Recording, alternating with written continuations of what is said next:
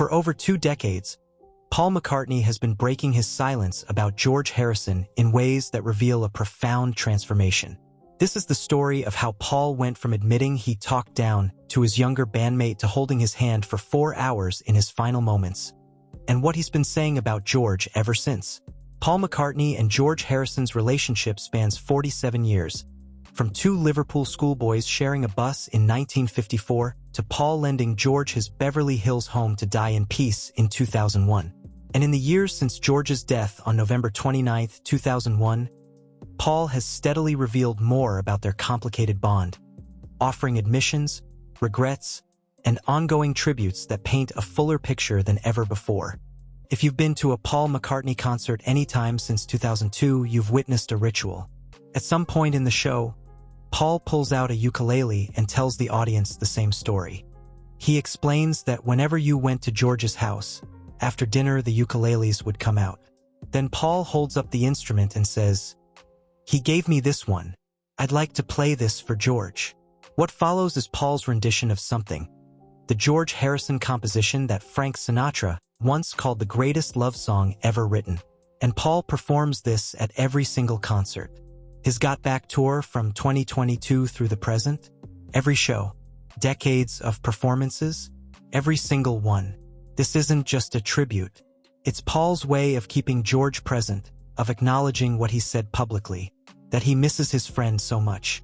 But Paul's revelations about George go much deeper than a nightly concert ritual.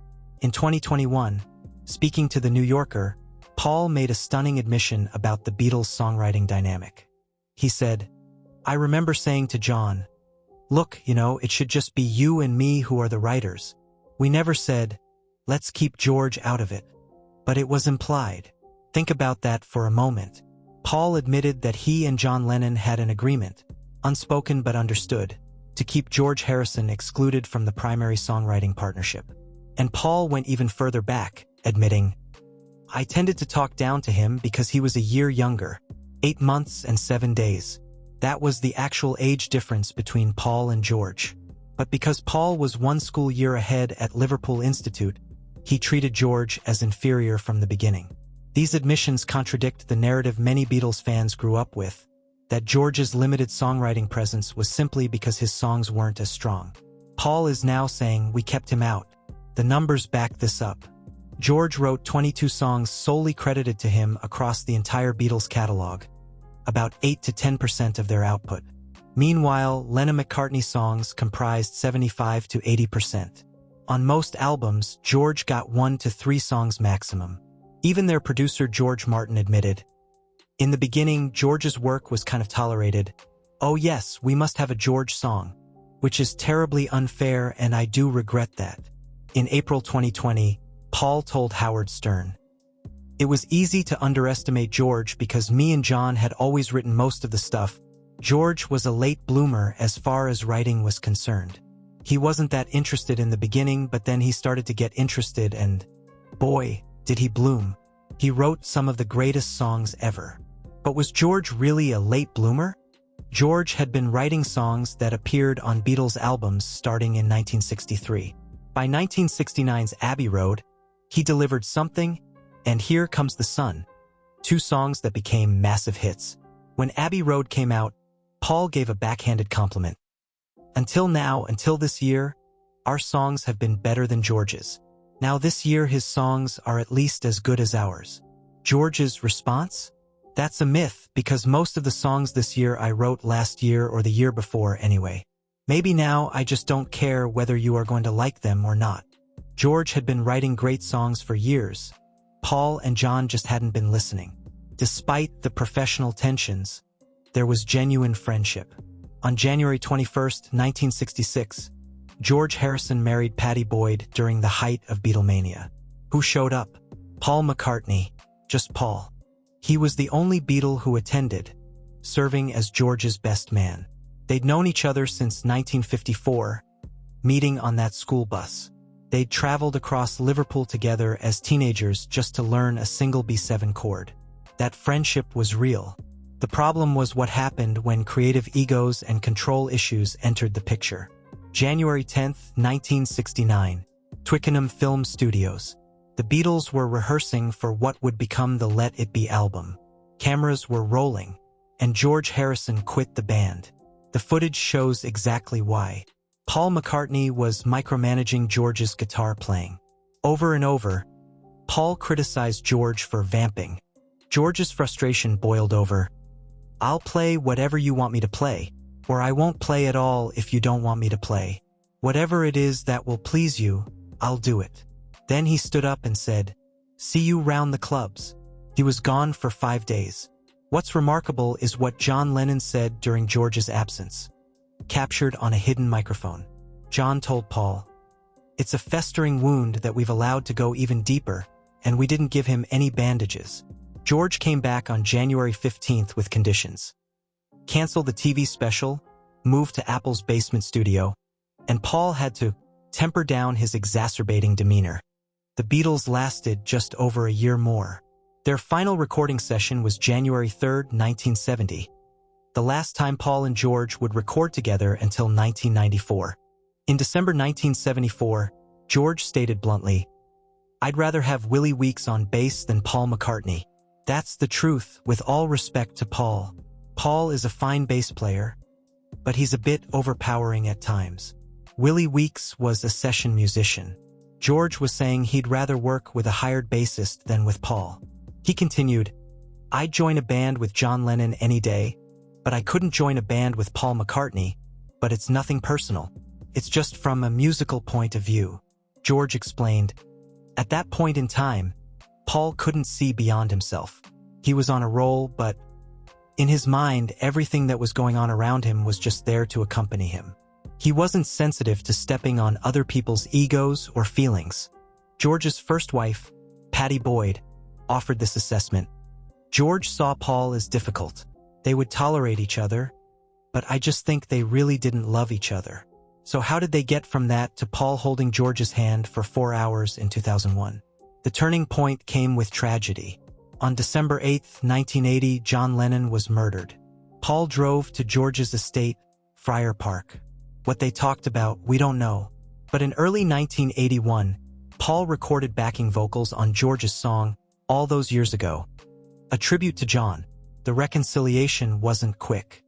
But slowly, through the 1980s, they began getting to know each other again, as George put it in 1988.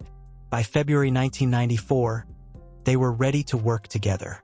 Paul, George, and Ringo reunited at Paul's studio, the first time they'd recorded together in 24 years for the Beatles anthology project. Even that reunion was tense. George insisted on having Jeff Lynne as producer, saying, "It could be dangerous just to all get in the studio. Could get nasty. You've got egos flying around." But they completed the project.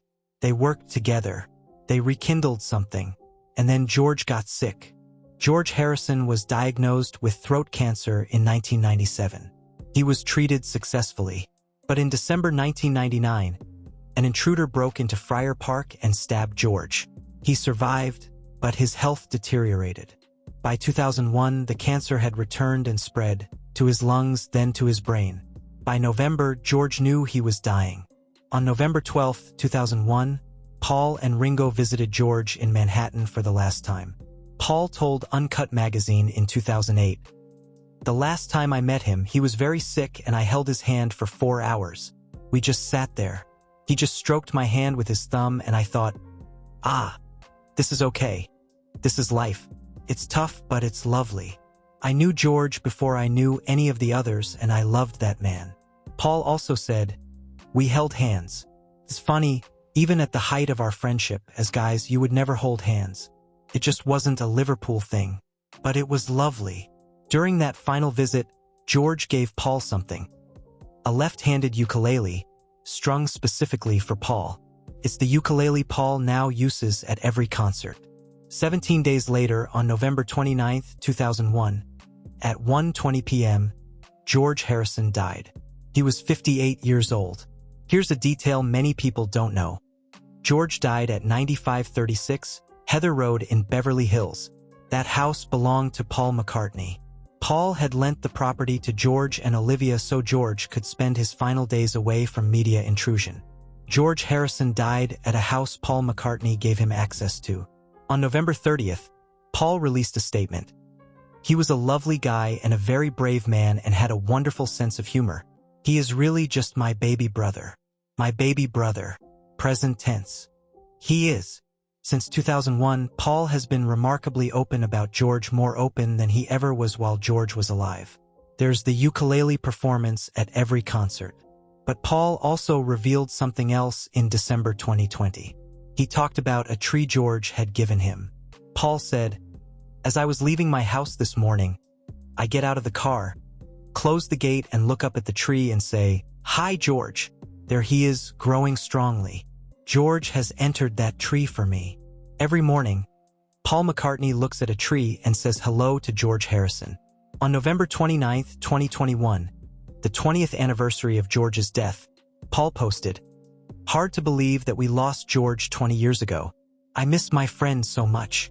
In November 2023, speaking to the Sunday Times, Paul reflected, "I see photos of George and remember how we went hitchhiking, sitting by the road, buying ourselves creamed rice, but, oh God, it's sad these guys are not here.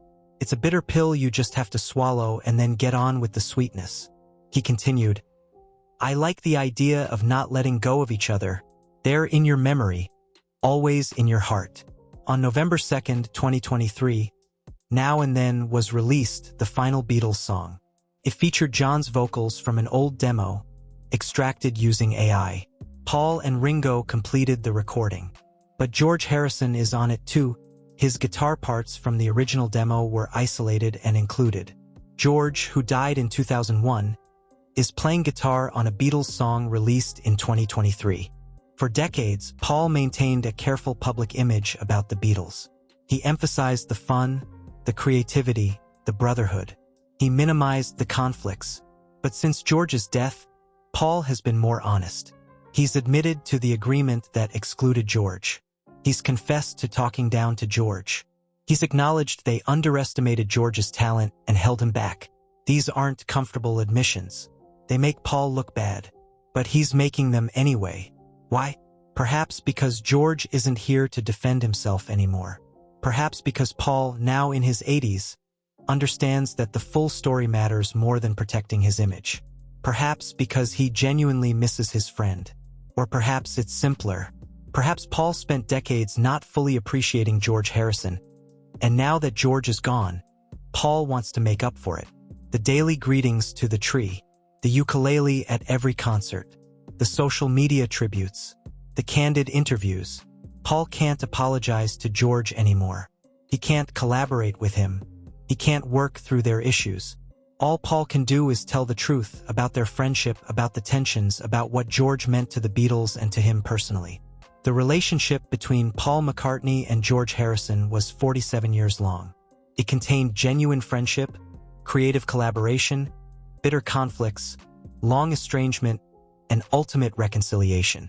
It ended with Paul holding George's hand for 4 hours and George giving Paul a ukulele that Paul still plays every night on stage. And for over 20 years now, Paul has been telling us about it, piece by piece, tribute by tribute, admission by admission. At 82 years old, Paul continues touring, continues performing something on that ukulele, continues talking about George in interviews.